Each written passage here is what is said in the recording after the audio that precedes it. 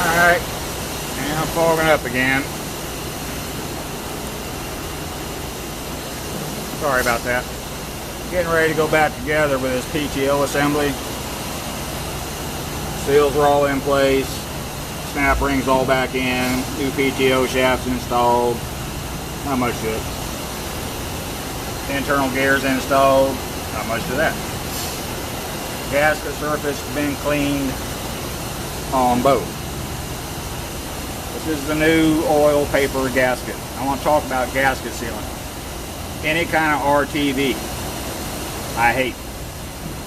On new equipment, there are some applications you have to use it because there is not a gasket available. Old equipment, most usually there is a gasket, usually oil, paper, or cork. Never install a dry gasket. So what do you use?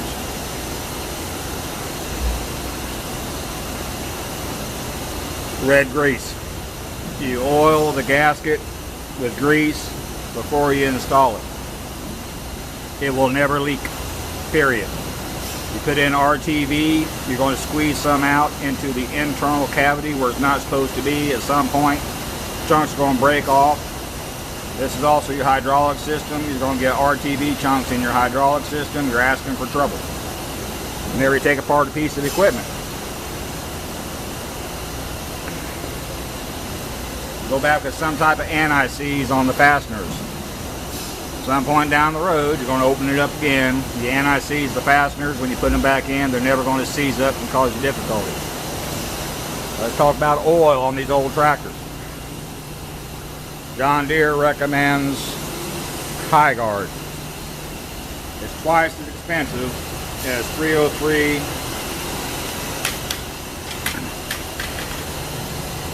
tractor hydraulic oil. This tractor is 44 years old. The filter on the hydraulic system I pulled out was, I believe, 16 years old. So it hasn't been particularly well maintained. Going back with High Guard, which is ungodly expensive, on something this old that wasn't maintained over the years is simply a waste of money. The 303 tractor hydraulic has the additives for antioxidant, anti-corrosion, etc. The same as High Guard. The High Guard, there is a difference. I run that in my new equipment, a bulldozer and my newer tractors, John Deere. You can also use it in Ford if you want, doesn't matter. But the 303 is giving me good service. I've never had an issue with it causing any type of failure in the hydraulic system. Oh, paint.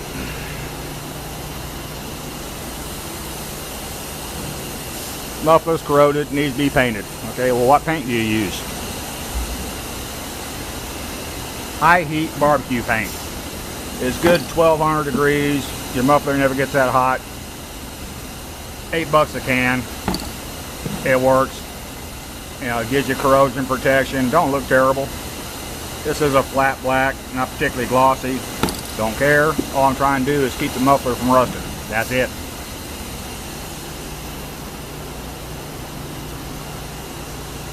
I can't do it one-handed. I'm old.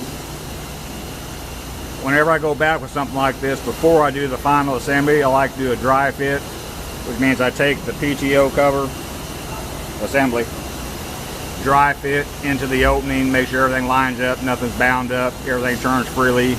Then I'll put on the gasket, bolt it all back up. Over here, that's the load control arm pin or rod, depends on who you talk to. That wasn't difficult, but it's not my favorite job. Basically, I push the arm from left to right. This is the left side. Till it cleared the seal bushing. Put the arm back up against the bushing, use the arm and a hammer to knock the bushing out. Tore the seal out. What I found was whoever fixed it before had used a screwdriver to seat the Teflon seal. Got a real nice groove in it. There was my leak. You got a Teflon seal, and then there's an O-ring that goes in first, then your Teflon seal. Push the rod back through from right to left. Put the seal bushing on. Push it back towards the case. This thing has a pre-adjustment. You have to overcome some pressure to get it lined up. That sucked.